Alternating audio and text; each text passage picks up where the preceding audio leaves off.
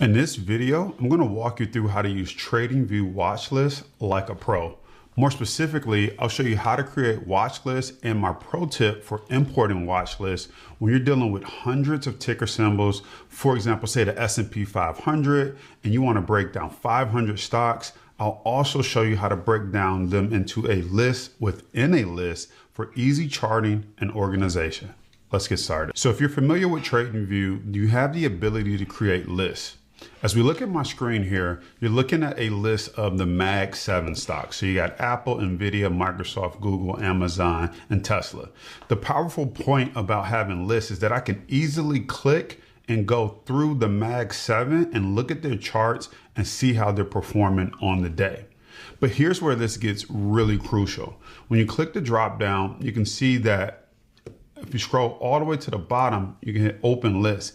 And now I have other lists like the Dow 30, the Dow Transportation, the Dow Utilities. I even have the S&P 500 broke down into sectors. Then I also have the S&P 500 stocks.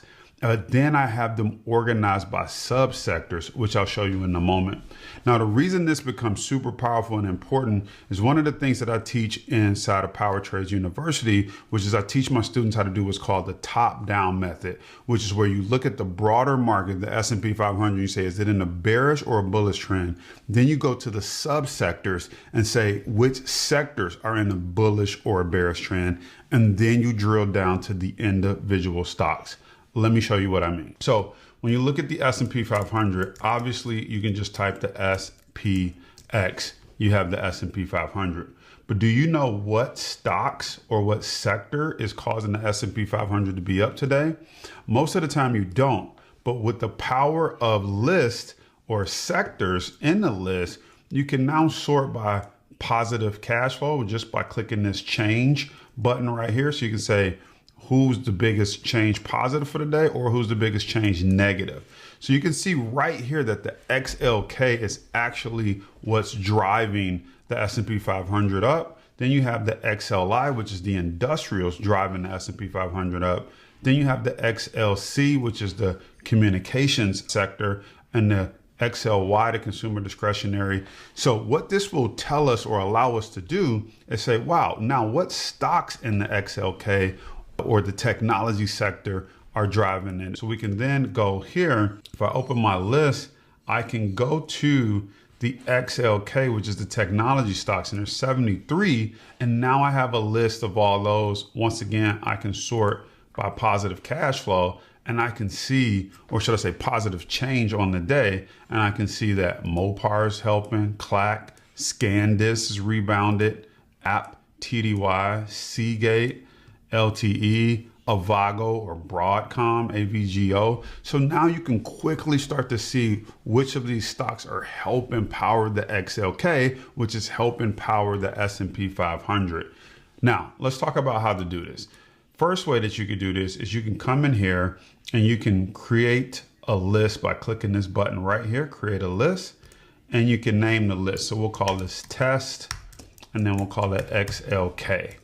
Now that's assuming you even know what sectors make up the S&P 500. There are 11 sectors that make up the S&P 500. But if I click create, now I have this list here. Now to get symbols on the list, I want to go over to this plus sign and I can start to add ticker symbols to this. So Apple would be a ticker symbol and you'd have to add them one by one. So I'd add Apple, I can add ScanDisk. But you can see that this would take all day to add all 73 stocks to the XLK list, let alone going through each subsector of the S&P 500 and adding each stock to each sector individually. Let me show you a cool pro tip or pro trick. You can click right here, this drop down, and you can go to what's called upload a list. Now, once you upload a list, it has to be formatted in a text that TradingView can understand. That format, you have to have the exchange that the stock is traded on.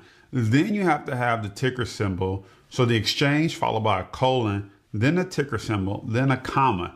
As you can see, all of these stocks are traded on different exchanges. Some the New York Stock Exchange, some the NASDAQ.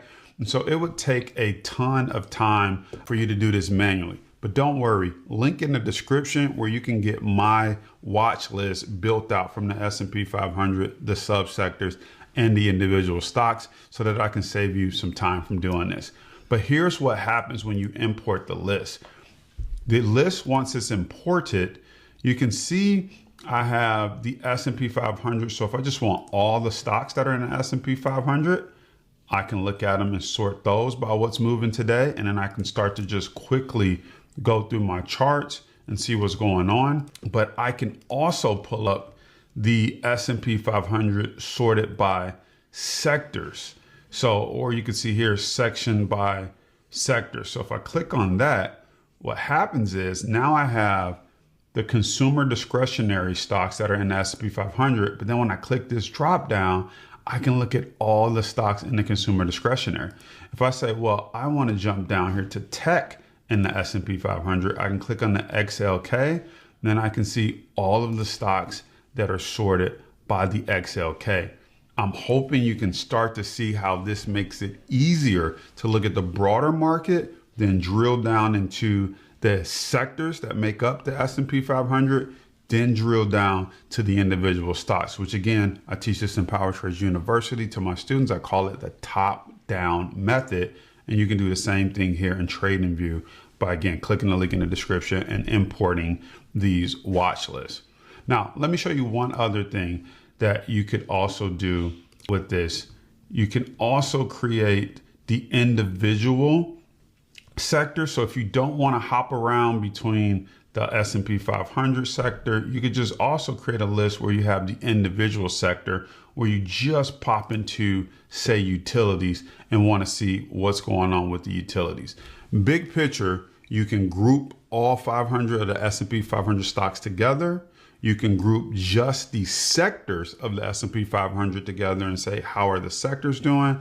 And then you can group the sectors and the individual stocks underneath by creating these lists. And you can also do this all quickly by clicking the link in the description and using the list that I've already provided for you. So I hope this has been helpful, insightful. Let me know in the comments. And if you don't have a premium subscription to TradingView, I'll also leave a link in the description, which is my affiliate link for you to check out TradingView. I'll see you on the next video.